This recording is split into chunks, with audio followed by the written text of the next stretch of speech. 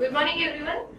So in the last previous class we have discussed with the concept of agent discovery, right? So in today's class we will discuss with the concept of registration.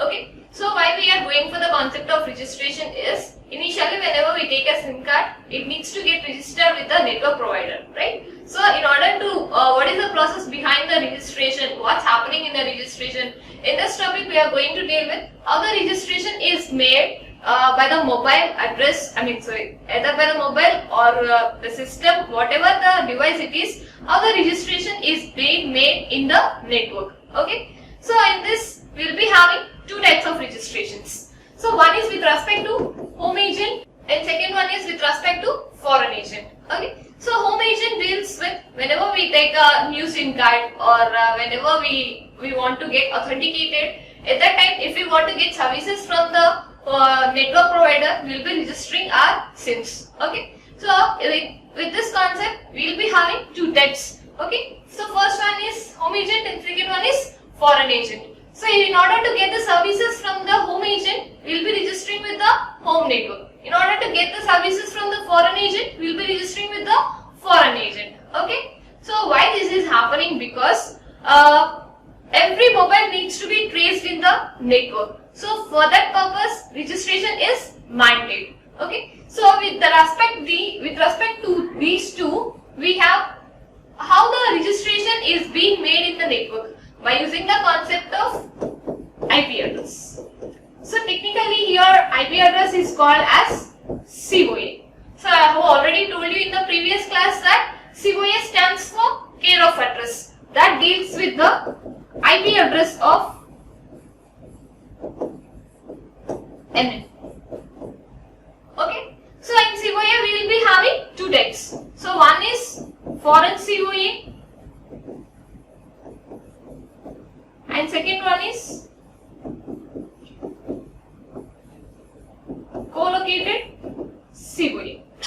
Okay. So foreign COA means if a mobile node acquires the IP address of the foreign agent, it is called as a foreign COA. Then co-located COA deals with directly it is going to get the services from the home agent. That is called as a co-located COA. Nothing but the topologically correct address. Okay. So here if we see how the registration is being done, if a mobile node is in the foreign network, that means rather than in the home network, if it is something outside of the network, that is called as a foreign network.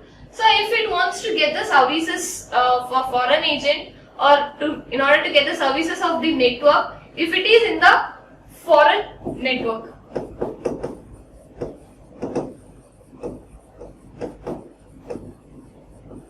so what happens? Initially the registration request packet is sent from mobile node to the foreign agent node. So foreign agent node is going to verify what is the home location of this mobile node. By seeing the home location of the mobile node, it is going to send the registration request to the home agent. Here the authentication is done and registration reply is being sent back to the foreign agent and then to the mobile node. So apart from this, what's happening is it is going to contain a mobility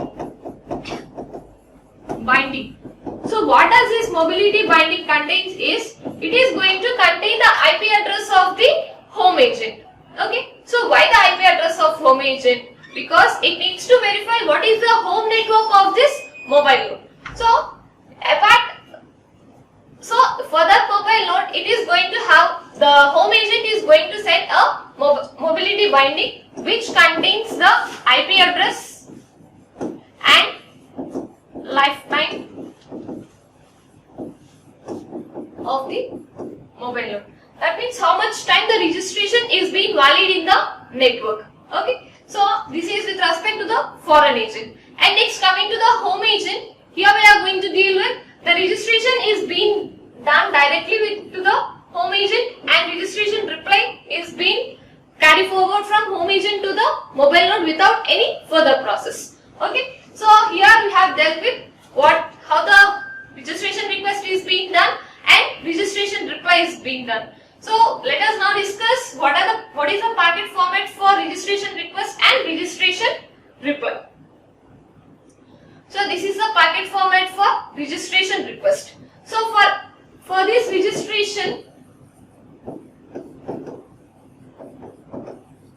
rather than using TCP, it is going to use UDP. Why UDP is big? Because it is going to have low overhead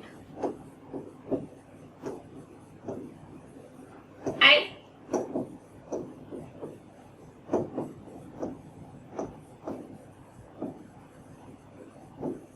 better performance when compared to TCP in wireless networks. So that is why this registration is done with respect to the UDP packets, and this UDP is going to work on the port number 434. Okay, so let us discuss this. For registration request, the type is set as 1. Okay, and S defines what is the, does it need to maintain any mobility bindings? And next B defines the broadcast packets. So what does this broadcast packet mean is, what are all the packets that are received by the foreign agent, those packets need to be sent to the mobile node or not. If this bit is set to 1, all the packets that are getting to the foreign agent should also be transferred to the mobile node also. So this indicates the broadcast packet. And D is for decapsulation. If we are going to use the encapsulation and decapsulation, D bit is been set. And M for minimal encapsulation, and G is for generic encapsulation. And this R and X are set to 0 for future purpose. And T is for tunneling. So just remember this, we will discuss this in the next class. Okay, and lifetime indicates that how much time this packet should be valid in the network. And home address, what is the home IP address of the home agent? Okay, IP address. And next one is COA. COA defines the care of address. That means the IP address of the home agent is defined here. And this identification bit is used for authentication. Okay. So whenever a mobile node is transferred from one place to another place, the mobile node needs to get authenticated in the network. So here by seeing these identification bits, authentication is done in the network itself, and these extensions are used for future purpose. And this is a registration request packet. And next, coming to registration reply. For registration reply, type is being set as 3. And the lifetime indicates how much time this packet should be valid in the network. And this home address and foreign address as it is, whatever we have discussed there. And identification bit is again used for authentication, and at the same time it is going to be used for, so here we have request packet and reply packets. By seeing these identification bits, this reply packet is going to get matched with the request packet. So what is the request packet for this? What is the matching packet for the request packet and reply packet? Okay, so this thing is done in the identification part with respect to the authentication, and these extensions are used for future purpose. So this is how the registration is being done in the network, and on successful attempts, these are the error codes that are present with the registration. So if registration is being done, it is having a code 0, and if it is going to use any mobility bindings, prior mobility bindings and simultaneous mobility bindings, it is going to use the code 1. So here we have seen the code. So this code indicates this values. Okay. So this is a concept of registration. So in the next class we will start with encapsulation and tunneling. Thank you.